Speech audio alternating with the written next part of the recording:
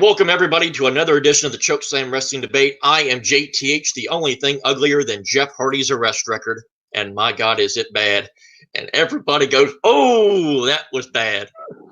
Oh, well, you all said that because you know it's true. And you know that I'm that ugly. So without further ado, let's get into this great match. Funny story about this match. I was actually going to have our two players tonight actually play two different players who were wanting to audition for tonight, but then I remembered a little bit of a backstory that happened with these two players. For those that don't remember, Gregory was originally supposed to be in the 8-man tournament to crown our first Chokeslam champion. Unfortunately, due to complications beyond anyone's control, Grant was unable to be able to participate in that tournament. And one Matt Graham filled in his spot on short notice. So I thought it was going to be kind of fun to have these two players kind of feud it out, because I'm sure they would like to get the one up on one another. So, do either of you have any regrets about this match getting made? No, I have no regrets. I'm really excited to see what Matty can do. He's already told me his game plan, and I've got no counter for it, so it should be fun. I like Grant. Grant's a great guy. Don't lie. Their reputation will uphold. Okay. Yeah, Grant's a total dick. Because of that, I got thrown into that match where, he had the questions for a year, and I had 3 days to prep. But it is what it is. No, but for real, Grant's a great guy. He's a good dude. He's a buddy of mine. But as I say in wrestling, let's get it on. And for the record, it wasn't a year; it was 8 months. Get it right. So let's get into this. We got a lot of great questions here tonight.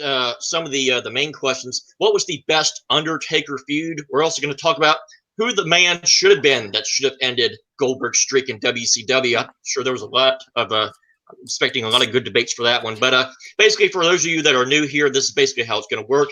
We're going to have a 5-minute debate period between our two players, with the 4 questions that have been pre-selected. Basically, it's the first of 3. So the first 4 questions may not all get asked. So it just depends on what happens. We're going to have a 90-second opening argument, 5-minute debate period, as my marker falls down. Pay no attention to that. And then we're going to have a 60-second closing argument from both of our players. At any time, both of our players have one 1-minute extension that they can use for any of the questions throughout the match. Basically, if there's a 2-2 tie at the end of these 4 main round questions, we will have one speed round question to determine who the winner will be. So without further ado, I think both of our players are ready. So I kind of hinted at that first question. We're going to start in the category of feuds. And obviously, when you think of feuds, we're getting right around to WrestleMania period. We're going to talk about the Undertaker.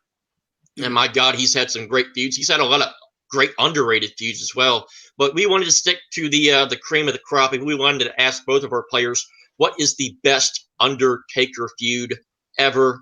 And I believe Grant was the first one that wanted this particular category. So, Grant, we're going to start with you. Your 90 seconds will begin whenever you start speaking. What was your choice for the best Undertaker feud?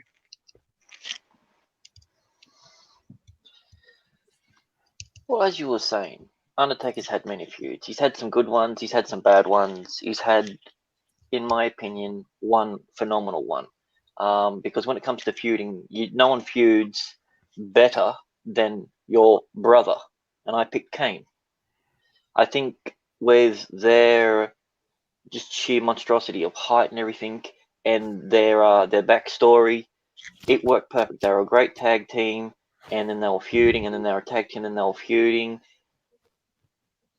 You won't find a better rivalry, a better feud than Kane and Undertaker. They are the 2 scariest guys at the time, and they scared the hell out of each other. And when you see fear on both gentlemen's face when they have to face each other, and anger, and sometimes a little bit of love, you're in for a good rivalry. All right. So Grant going with the other brother of destruction, Kane. Matt, who have you chosen for the dead man's best feud of all time? Well, when you think of feuds, you think of brother versus brother. You think of, Titan versus Titan, the Dead Man, and the Cerebral Assassin. That's right, Triple H. This took place during the Attitude Era, where blood, guts, and gore was kind of common.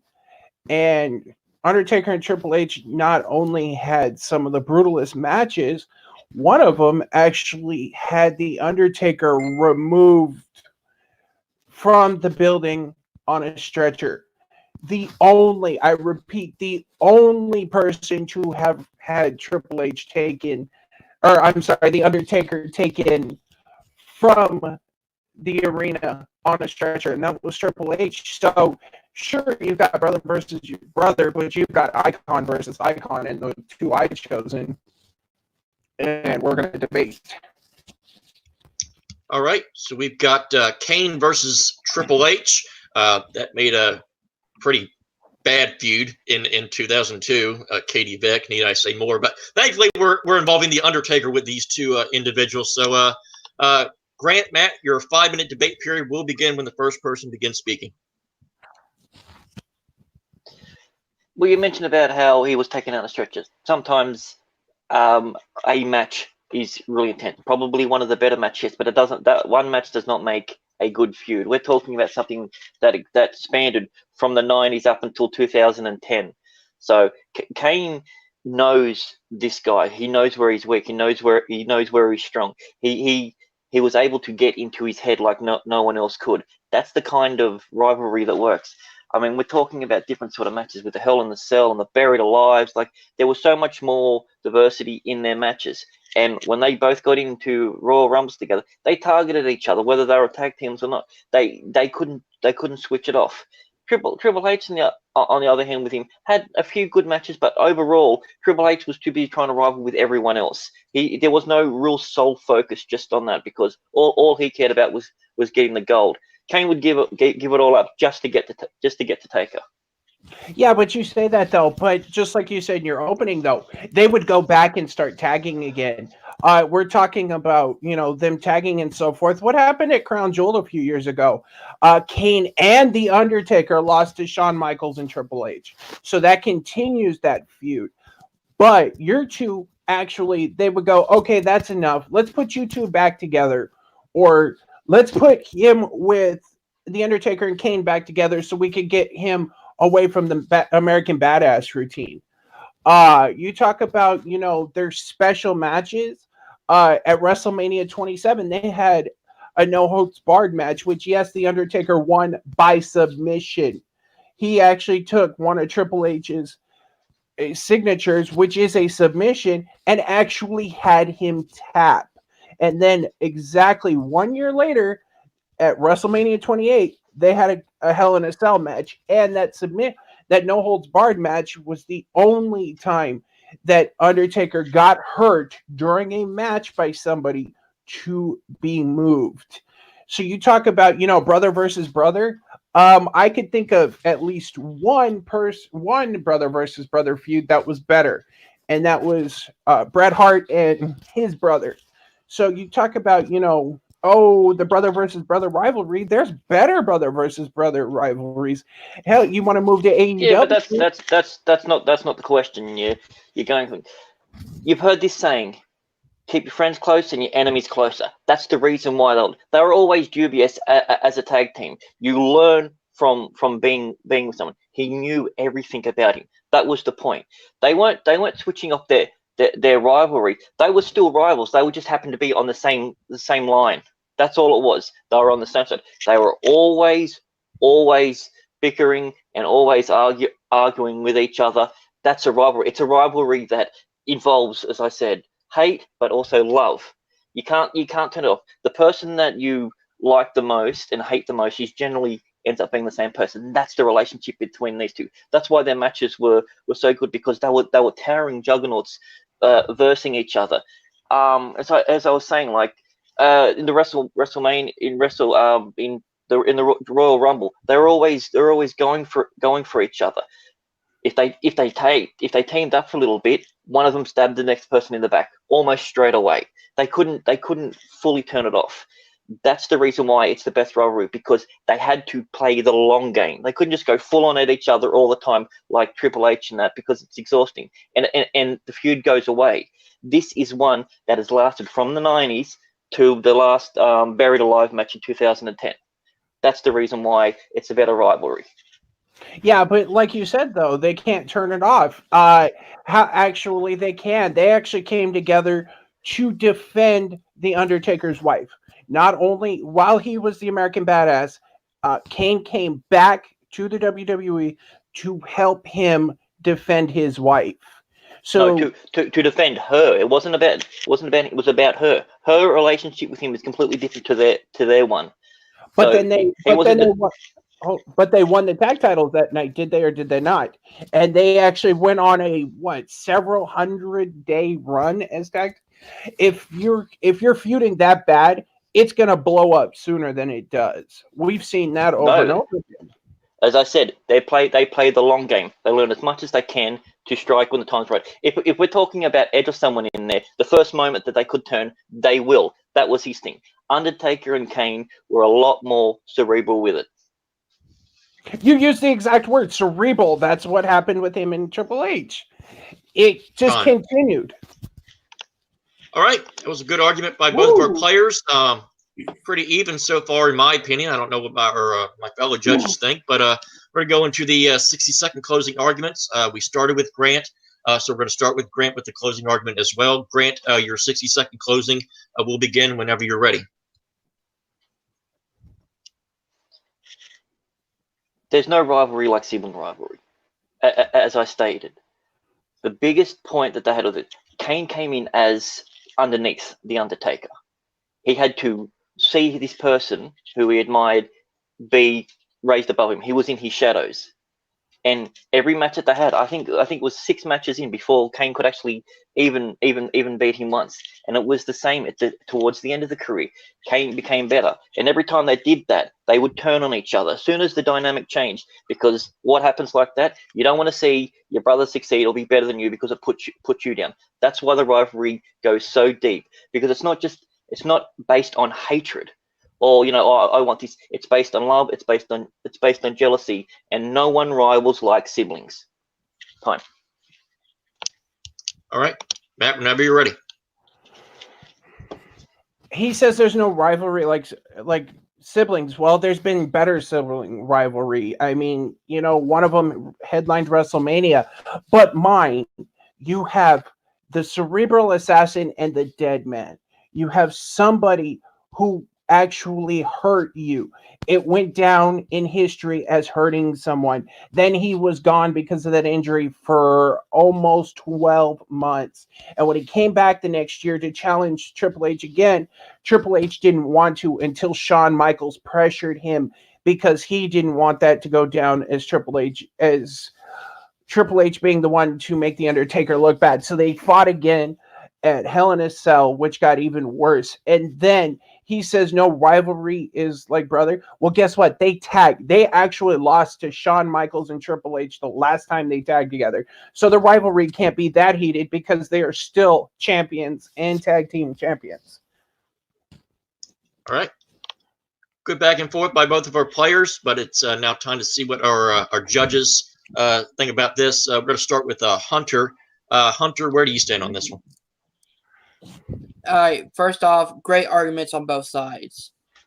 To me, the point that really swung to this person's side was talking about longevity and talking about how some feuds build over time.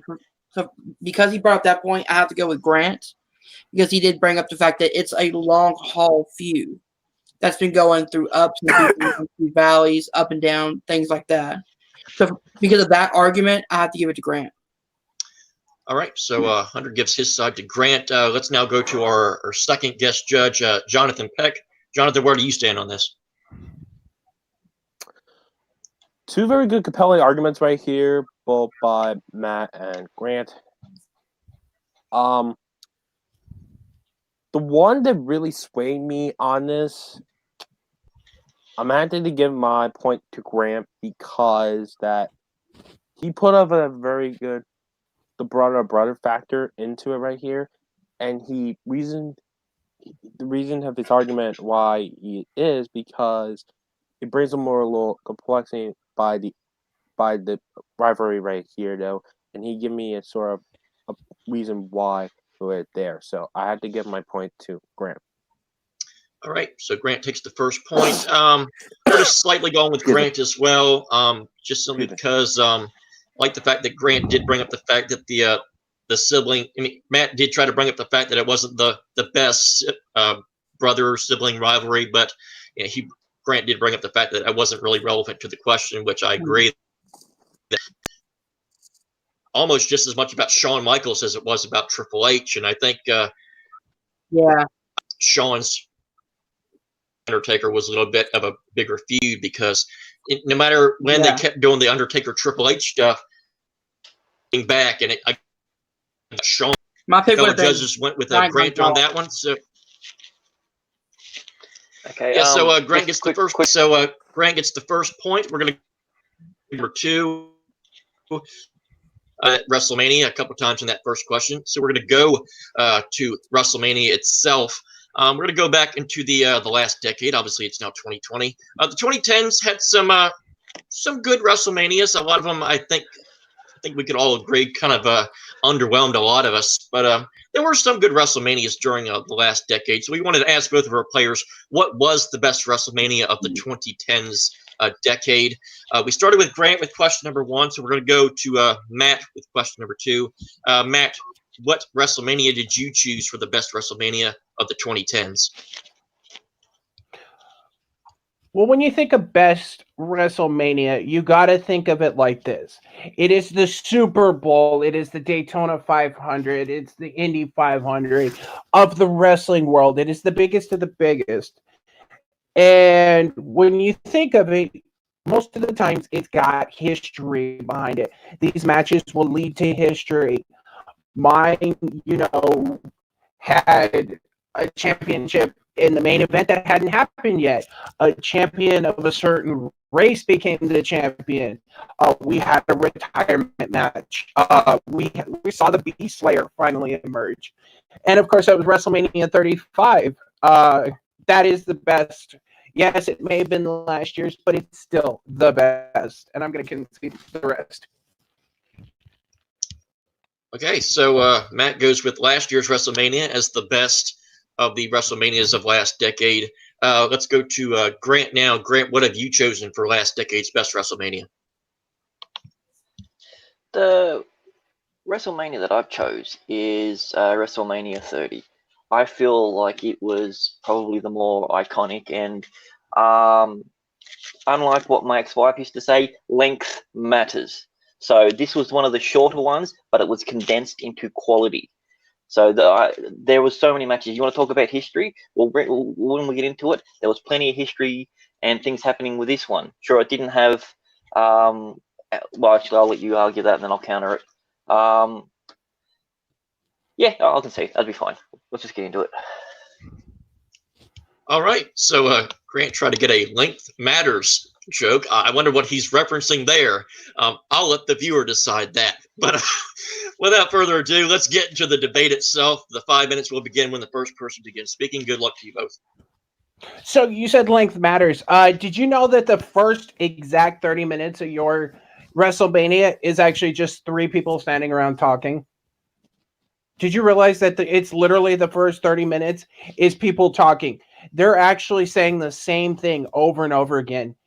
And it's not really building to anything. It's them saying their iconic catchphrases and then drinking a beer.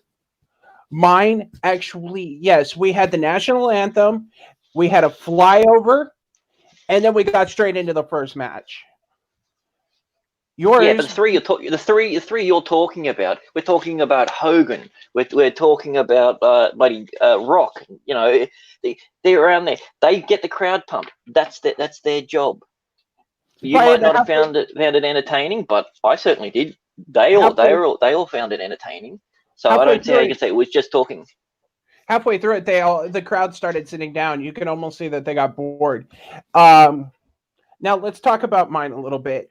We had the first African American champion in WWE history. Yes, we've had black champions before, but we've never had an actual person of African descent, which means that person got to take that title back to Ghana, where his family is from, and bring them into the WWE universe. Did anybody in yours do that? Take a belt to Ghana? No, they did not. But something iconic did happen that is just as relevant. Undertaker had his first loss at mine.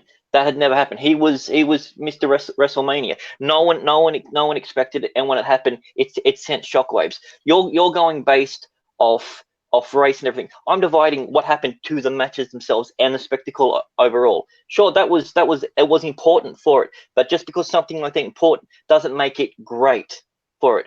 Because let's just be fair. He had a raw deal going up to it, so sooner or later he was either going to get a championship or he was going to leave. Everyone can agree to that. My one had so many different things. I mean, you had Daniel Bryan, 2 matches. Yeah, he went in there and did defeated 2 people. The best thing you think of as iconic, him holding the 2 belts like that. Going yes, and the sweeping shot with the WrestleMania behind is probably one of the most cinematic things that they've done. They don't do shots like that anymore. Even when other people have had the 2 belts, it hasn't looked anywhere near as good. You're talking about a guy who was beloved, who rose up and got it. How about the man? You got the same shot, if not better, actually looking upward as the fireworks are going off in the Giants Stadium with people chanting the man. You actually had a bigger one with mine because it's the first time in WWE, not just WWE, but WrestleMania history, women man headlined it. Yours, they had a bullshit battle royale where if you actually watch it, AJ Lee actually taps for Naomi. Naomi didn't tap. You watch it closely. AJ Lee taps her hand. Just a big fuck you to the Guerrero woman. Just to piss her off.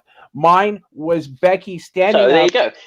It has controversy. That adds to the flair. That adds to the show. That adds to the excitement. You had a match that went for over 20 minutes and at times dragged. How did it drag?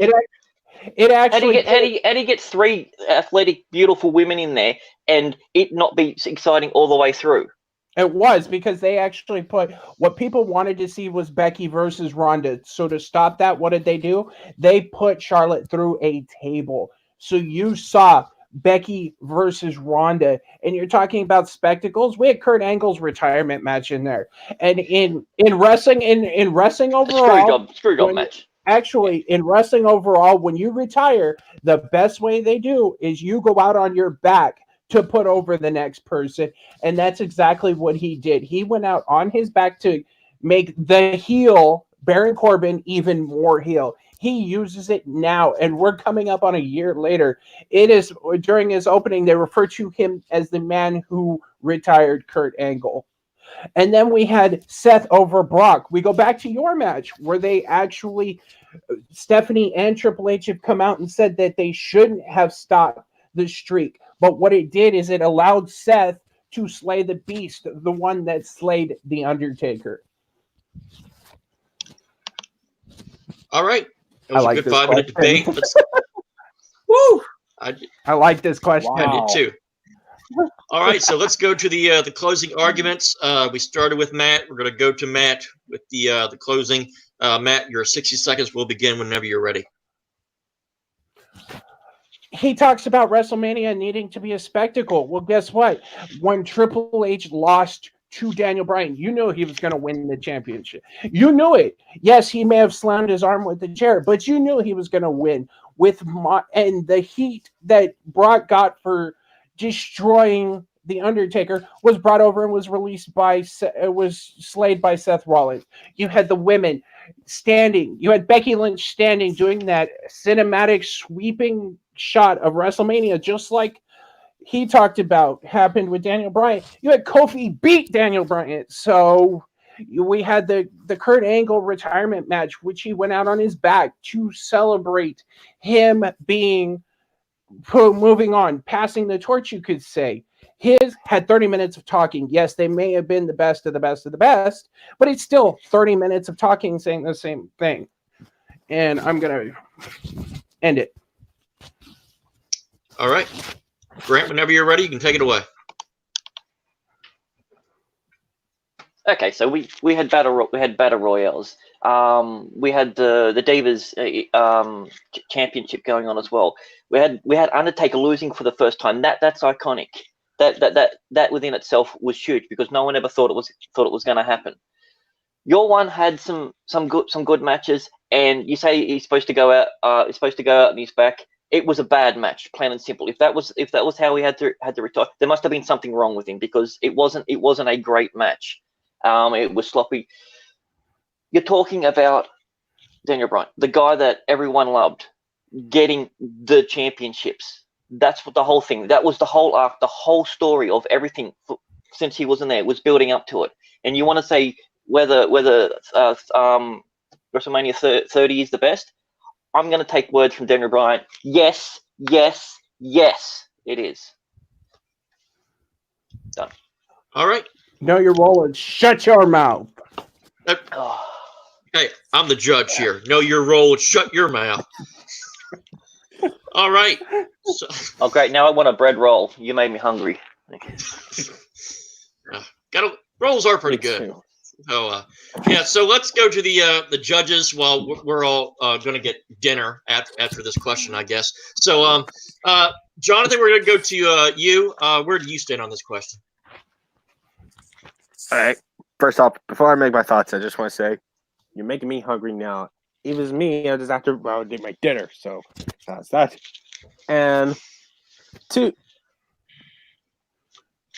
this is maybe a hard one because I actually love both WrestleManias, and there are two very good arguments right here about your guys' WrestleManias.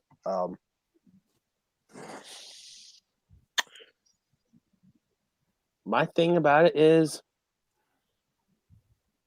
even though it's slightly close, I had to get my point to Matt. The reason I said that because the things he pointed out that kind of weighed down Grant's argument around here, though, overwhelms the complexity of his WrestleMania around here better than Grant's right here. So for me right here, it's a very hard one, but I had to get my point to Matt. All right, I'll go next. I kind of agree. I think I'm going to give my point to Matt as well, simply because I think Matt definitely knew the all-around card of his a little bit better. While I don't necessarily agree with everything that he said, I think just his overall basic knowledge of the card itself and kind of putting some negatives on Grant's WrestleMania, I think were some good bullet shots on his. I do like the fact that he brought up the fact of the diversity of so many things that they did, which for WWE was pretty big deal. You know, having the women main event for the first time, I thought was a big deal. Kofi winning the title obviously was very important. And I like the fact that he accentuated that in his argument. I like Grant's argument a little bit, but I think just didn't quite bring enough there to win the argument there. So I'm also going to agree with Jonathan, and I'm going to give the point to Matt.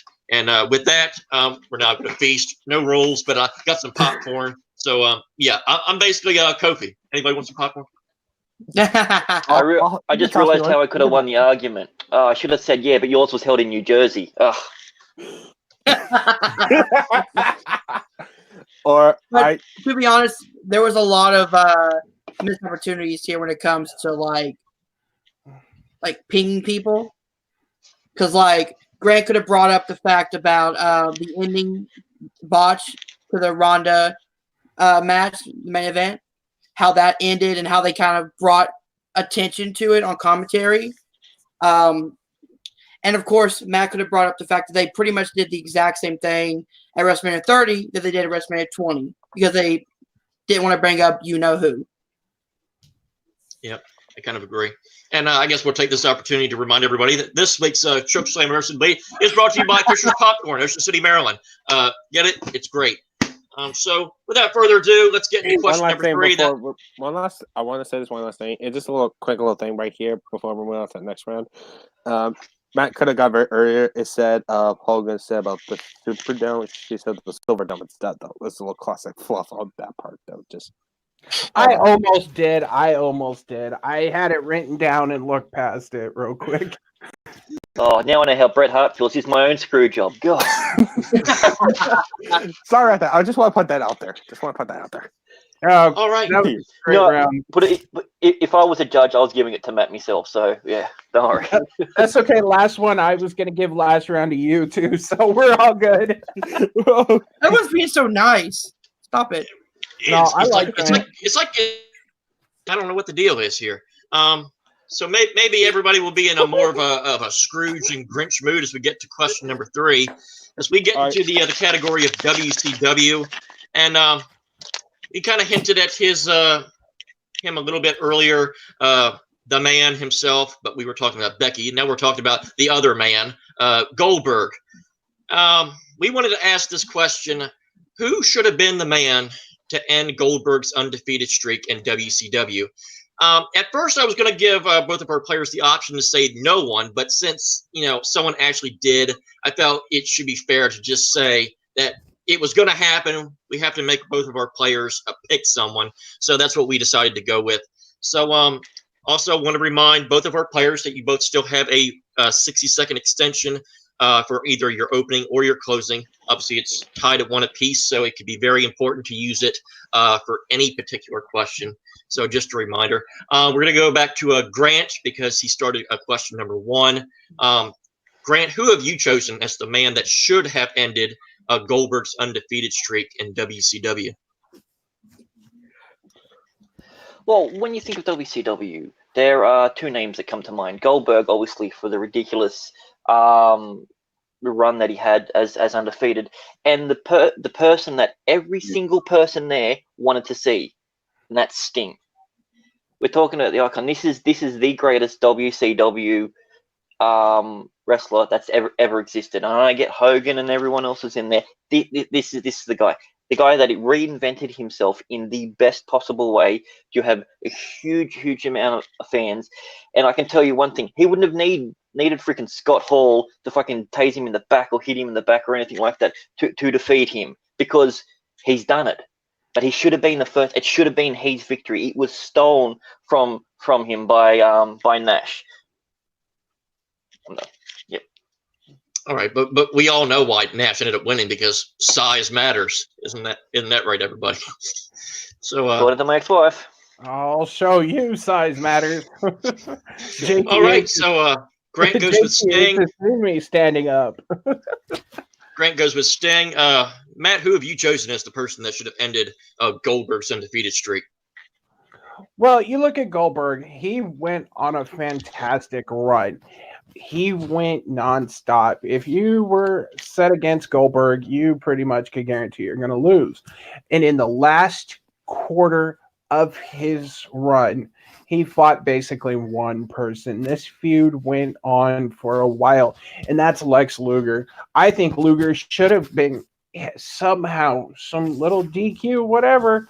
He could have ended the streak, because it just continued, and he lost, and he lost, and he lost. But we all know how creative is when it comes to people. They're going to keep booking it the way the money comes. But one of these matches could have very easily been turned, and Lex Luger could have ended the streak. All right, so we got Sting and Luger. That was one of the most popular tag teams there for a while in WCW. So I'm going to be curious to see where both of our players go with this one, because I think there's a lot of different points that both of our players can attack on each one. So Grant, Matt, your 5 minutes will begin when the first person begins speaking. Well, you talk about Mr. 4% body fat being able to do it. Basically, now he's only like 4% bone. Like, I mean, the guy's got no muscle, but that's irrelevant. You're talking about a guy who fought him so many times. he had a couple of matches that went less than a minute. Disco Inferno lasted 5. So, I mean, just put it that way. The guy that should have beaten couldn't even beat Disco Inferno, one of the biggest jokes that's ever been in WCW. Buff Bagwell lasted longer than Luger did in his one. The Insane Clown Posses even lasted longer. Like, I mean, you're talking about a guy who should have done it because he threw him on a torture rack once, and people were like, oh, he's going to tap. He didn't. He couldn't even hold him up there for 10 seconds. I mean, the guy that's basically pure muscle couldn't do it. Sting could.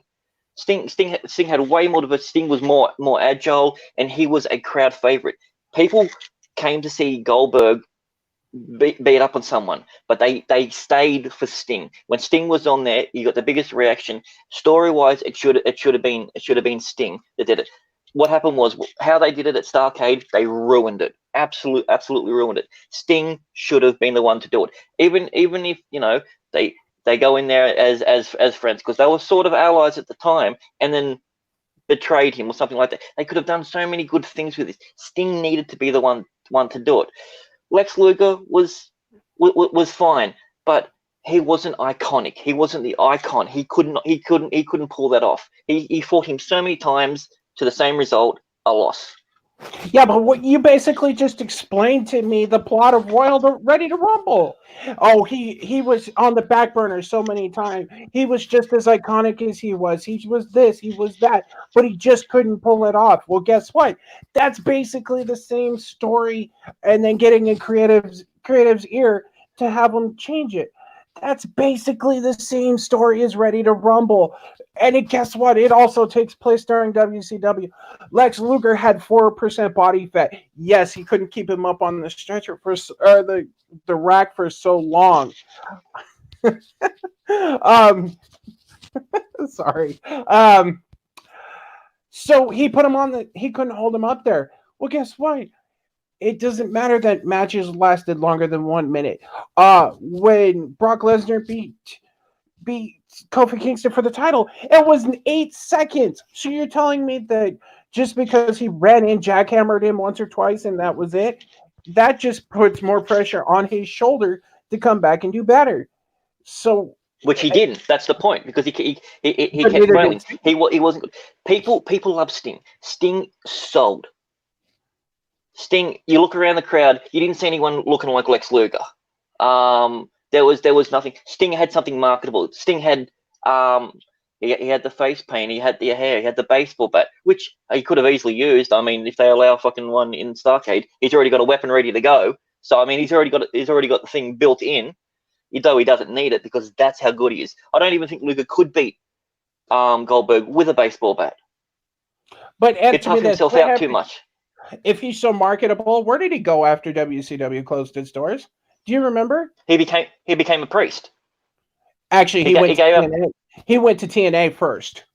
Yeah, and then he became a priest.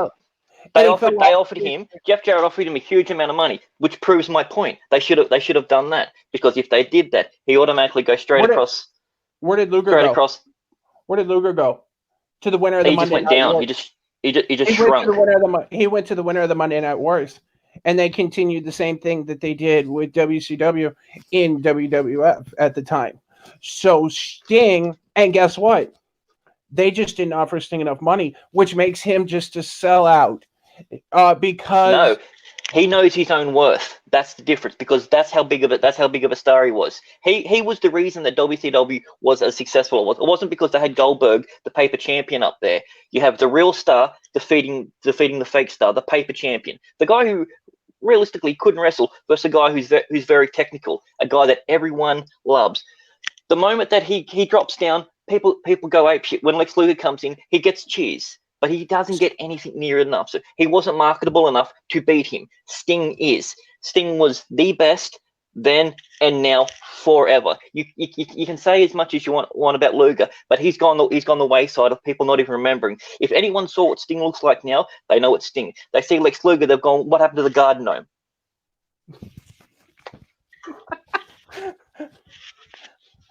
I'm just gonna let time run out because. Well, thank you for just making me stand there and look like an idiot while y'all just laughing. Now who's eating popcorn? Yeah, well, I got my popcorn. You should have told me, and then I would have prepared. But first off, let me just say that both of our players are at the record. It was at the correct answer, but yeah, everybody. Can you do the Alex Wright dance for me? I'm not that good at it. Anybody? No. What? Nobody. The what? No takers. I'm too fat. Y'all are smart. I'm too fat. I'm too fat. Is this Scout? All right, so Pretty close. sorry, Alex. Right, I gave you a chance to be remembered, and nobody took it because I don't think you were worth anybody bringing it up except me. But without further ado, the actual relevant of you, Goldberg Luger. So Grant, hopefully there will be no Alex Wright mentions in your closing argument. Whenever your closing argument can begin. So, who am I going first? Yes. Yeah. Okay. Cool. Sorry, I'm having a real hard time hearing you, Chief. So,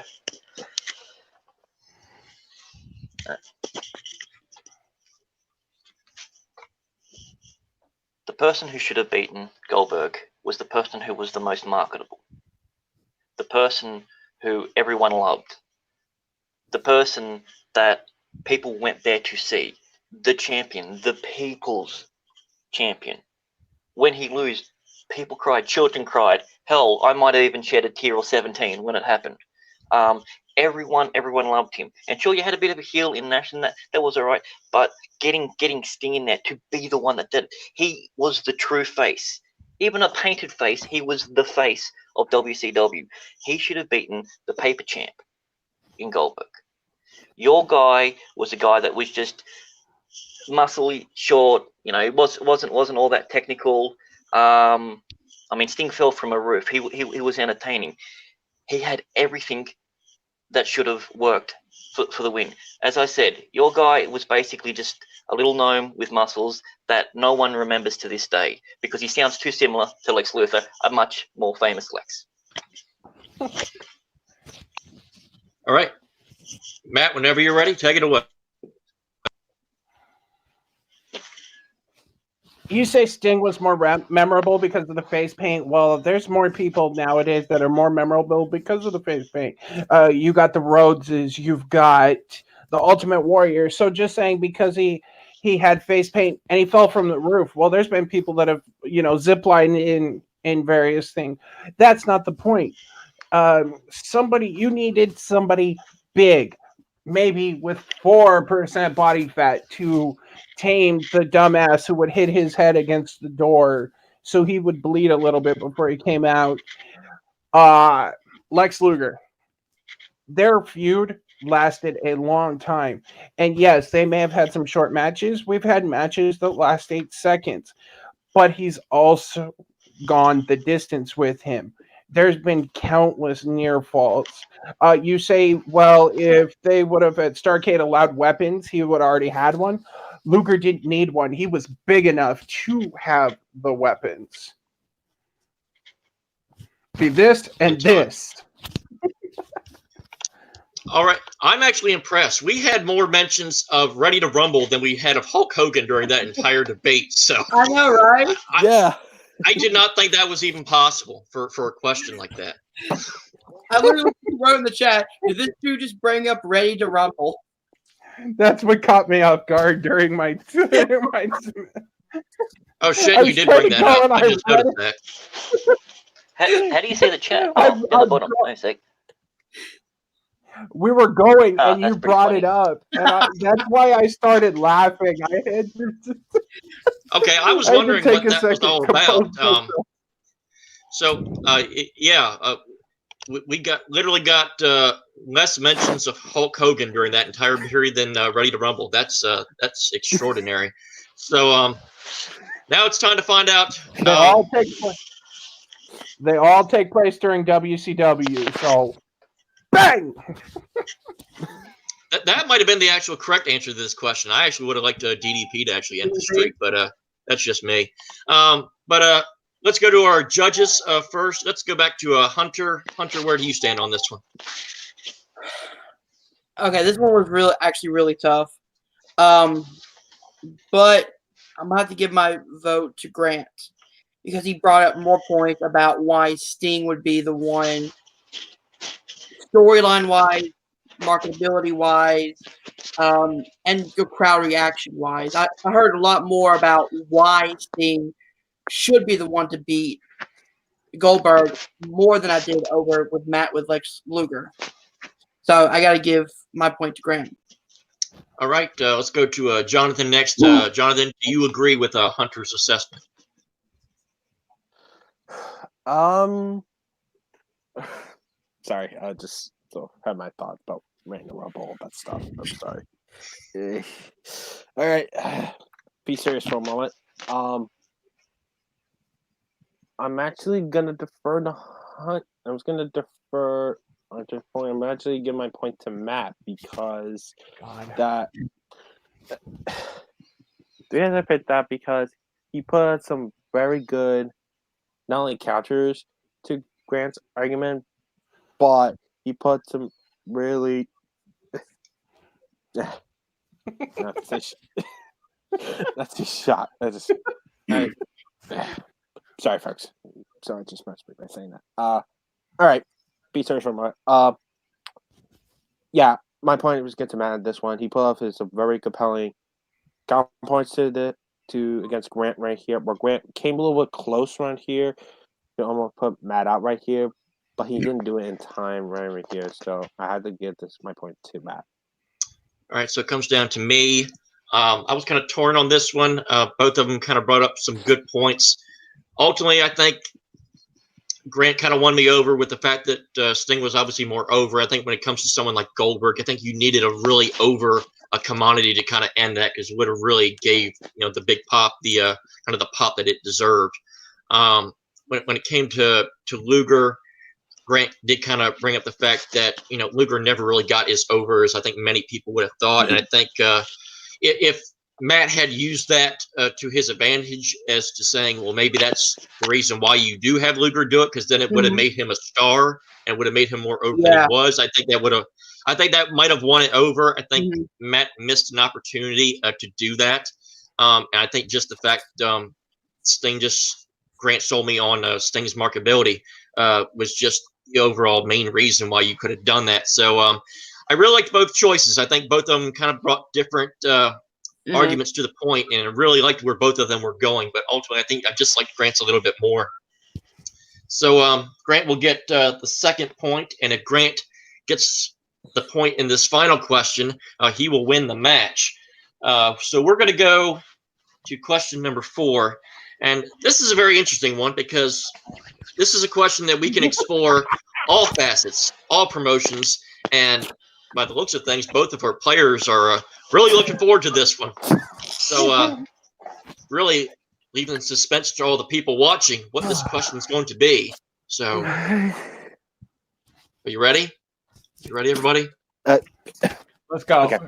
Okay, let's go. If you don't hurry it up, I'm not sending you my bribe. Spoilers, there is no bribe. So moving on is what wrestler had the best debut in any promotion? We left this wide open. Any promotion, any wrestler. So I'm really interested to see if our players are going to bring up this. So Matt, we're going to go back to you. Obviously, this is a very important question. So at big time, what wrestler had the biggest and best debut of any promotion ever? Okay, let's go back to 2014 and let's take a voyage to the land of the rising sun. That's Japan. It's the night Prince Devitt retires to be flown off to WWE to become Finn Balor to continue his voyage. He goes out on his back like I brought up earlier. And that leaves the Bullet Club without a leader. So, there's a calmness over the crowd. They continue. Okada defeats who he's supposed to retain his championship. And as they're celebrating, a hooded figure runs to the ring. Nobody's not sure who it is. And he jumps on Okada, the champion. The the New Japan heavyweight champion, for some reason I couldn't think of it, and pummels him to pull back his hood to reveal AJ Styles, who had just left had left TNA and Ring of Honor. And as he slowly beats down Okada, he takes off his hoodie to reveal what? The leader of the Bullet Club emerges. That's right, AJ Styles on the night Okada defeats somebody and Prince Devitt goes out on his back. AJ Styles comes back and reveals himself the leader of the Bullet Club. All right. So we got AJ in New Japan. Grant, what have you chosen for the best debut of any wrestler in any promotion?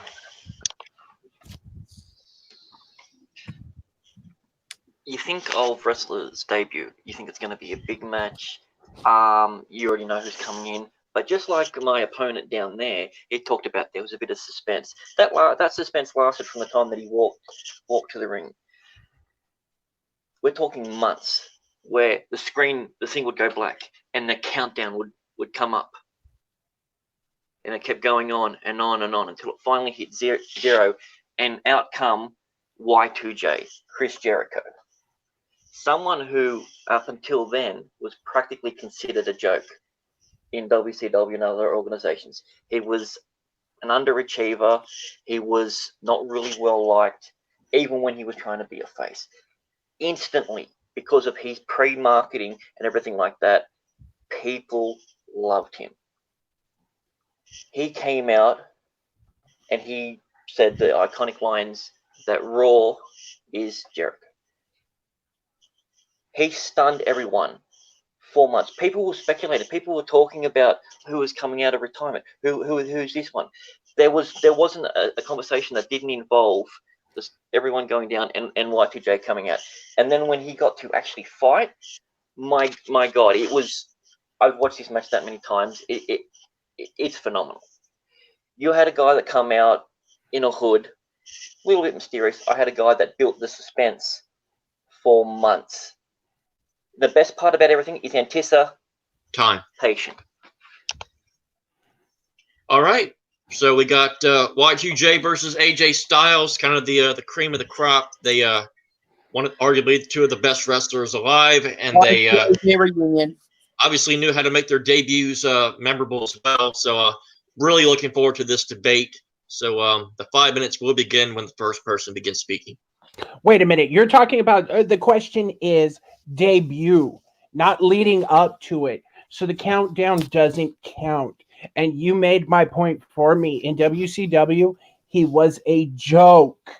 The question is debut, the first time he came out. When AJ Styles went to New Japan, people knew who he was. They knew what kind of badass he was. And when he took off that hoodie to reveal the Bullet Club and the rest of the Bullet Club came out to jump Okada, that signified stuff that still happens today. You've got AJ, Carl Anderson, and Luke Gallows still around today. Them in Bullet Club was so profound that WWE has taken that idea and brought it to them in the club now. Y2J at the time was still seen as a joke. It took him many years to finally get completely over.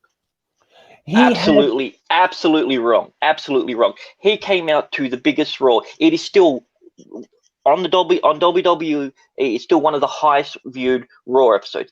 People absolutely loved it. The suspense that he built up. And you say it's not irrelevant because the stuff that happened previous, then all the stuff that you said is irrelevant about someone else going out in the Bullet Club and all that history. If your history is relevant, so is mine.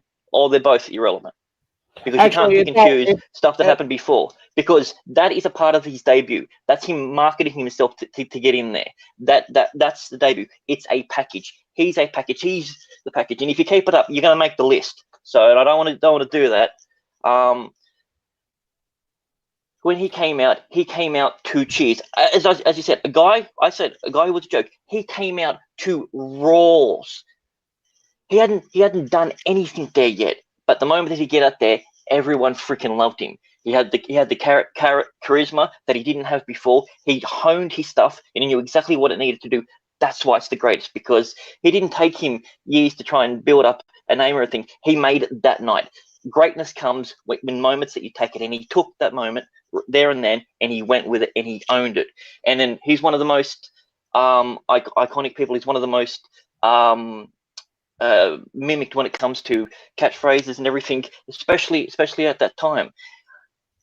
You're talking about a guy that come out and he needed a group of people. This is a guy who did it by himself. They got a bigger thing on the biggest platform that there was at the time.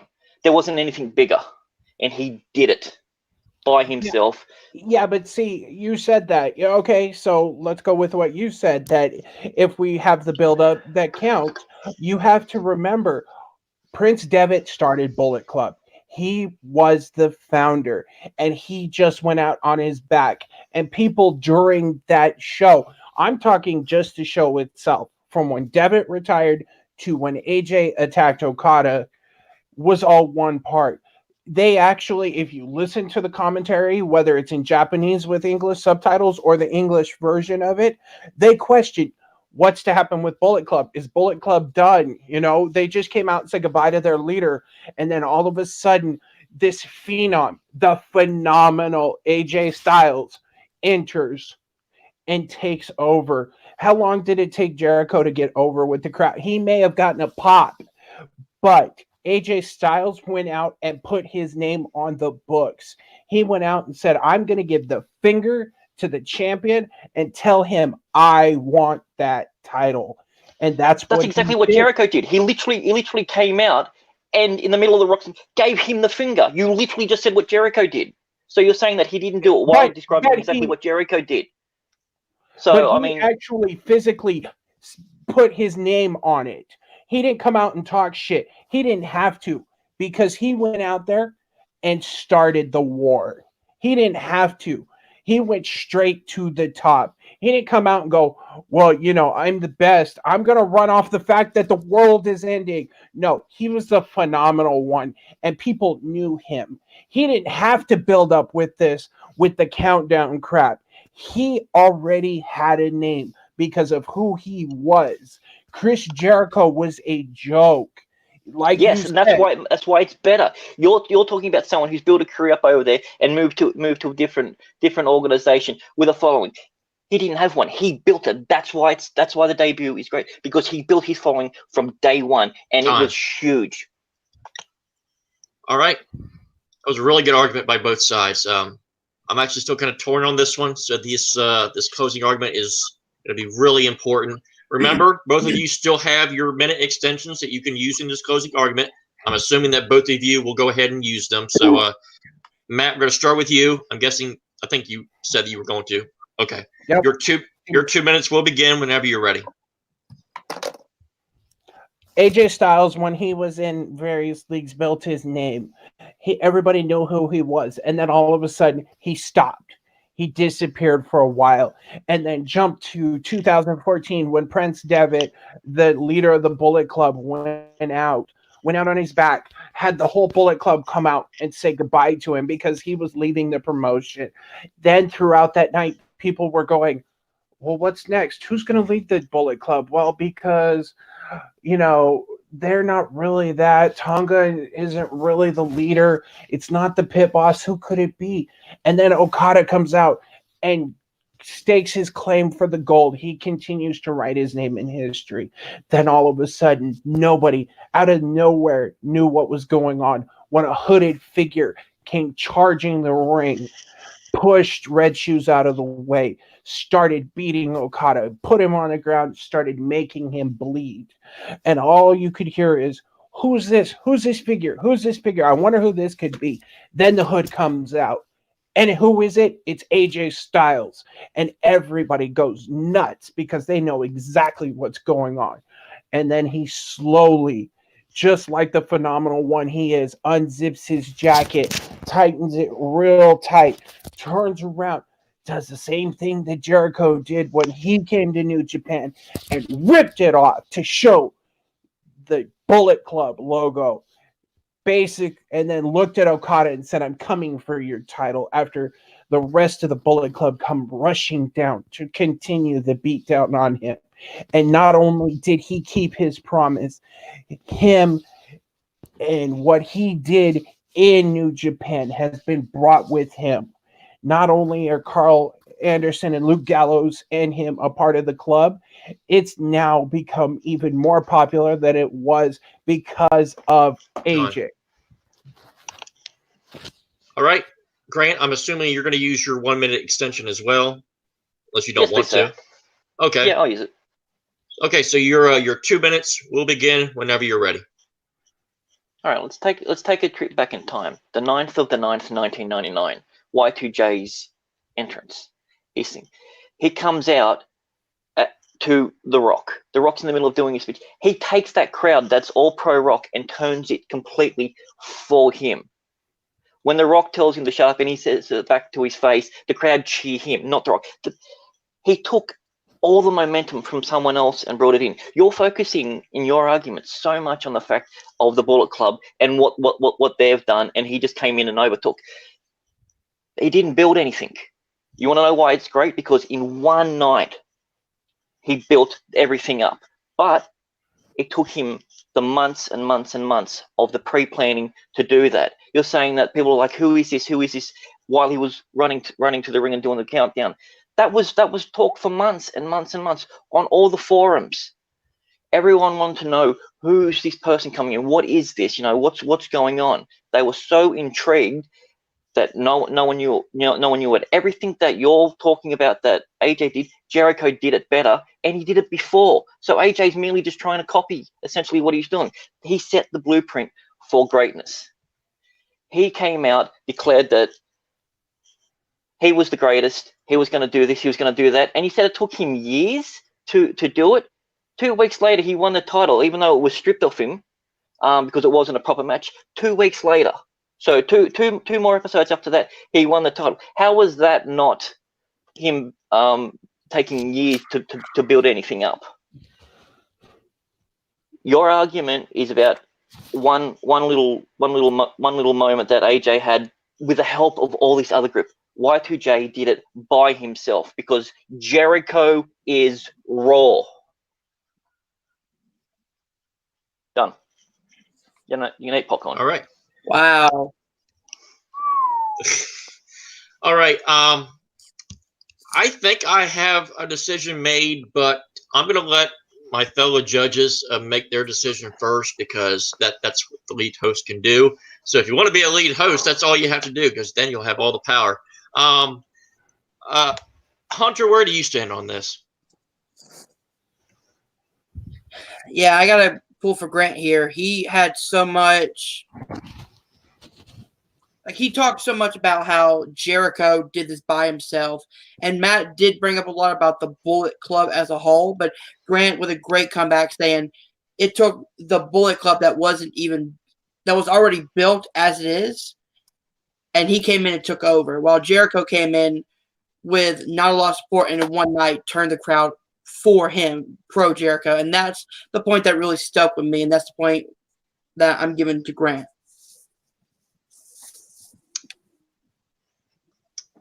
I'll go to Jonathan next. Jonathan, where do you stand on this? Okay. I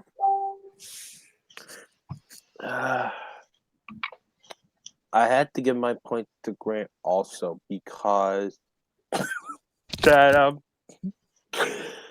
the reason I'm giving my point to Grant because he did something right here, the main entrance they cannot do, that they turn the crowd against the person, or I guess turn to him though, and what they do afterwards.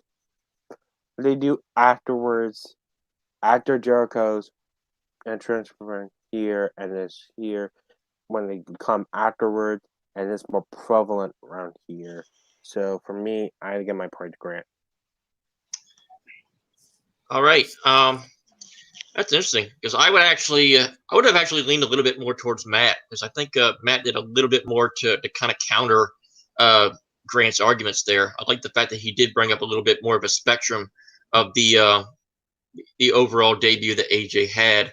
I think the one thing that I think might have put Matt over the edge, I think for my fellow judges, is the fact that I think if Matt had brought up the fact that Brock had pretty much, within a couple lines, pretty much turned the crowd right back in his favor and got him booing Jericho again, that I think that would have been the bullet point that would have squashed Grant's argument. I think that might have won my fellow judges over. But Yeah. to me personally, I think Matt had enough in his argument that would have gave me, or would have given the point in my book. But unfortunately, I was outvoted on that one. So that means by a score of 3-1, the winner of this match is Grant Gregory. So congratulations, Grant, on this this victory. Grant, how do you assess how you played here tonight? Yeah, it's these things are tough. And a point swing here, an extra little point there makes all the difference. And sometimes it comes down to a little bit of luck and a bit of know-how. If this was pure knowledge, then I think pretty much everyone here would have me beat by a long shot.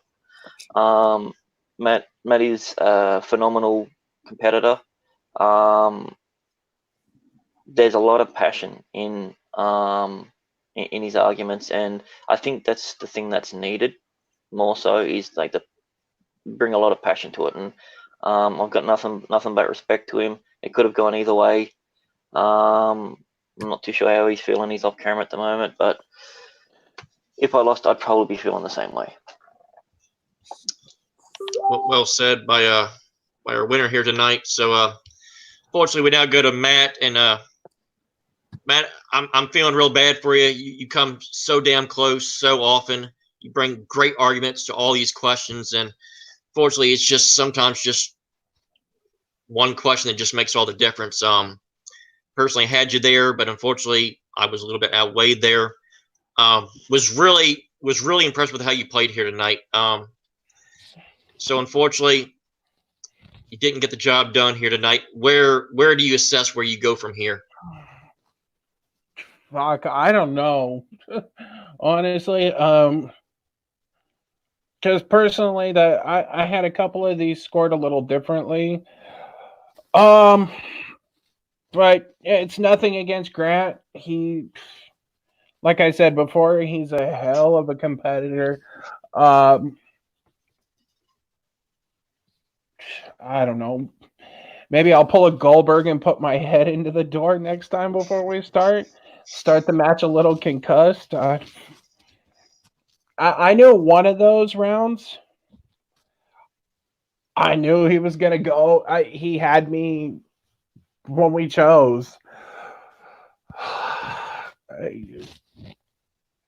Just keep swinging, I guess. One of these days it'll click. Yeah, I feel for you, because I know you're real passionate about it. You just aren't able to get that one notch in the win column. But I know you're passionate. I know you're going to want to play again. And if you ever want to play, you're always welcome here back at Chokeslam. And I'm sure I do. Yeah. You know I do. So I'll be sure to keep you on the docket. I'll make sure to get you another match in here. And hopefully you're going to get that win sooner rather than later. So with that said, we're going to close up shop here tonight for another great match here for the Chokeslam Wrestling Bait. Let's go to Grant first. Grant, where can the good people find you?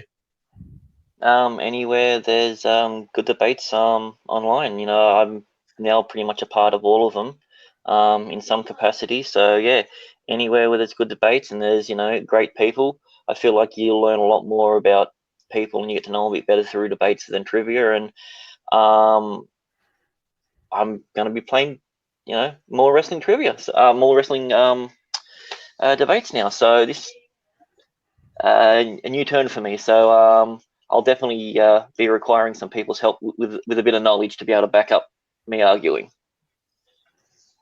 All right. Let's go to Matt next. Matt, where can the good people find you? Obviously, you can find me on Facebook at Matt Graham. I don't really Twitter.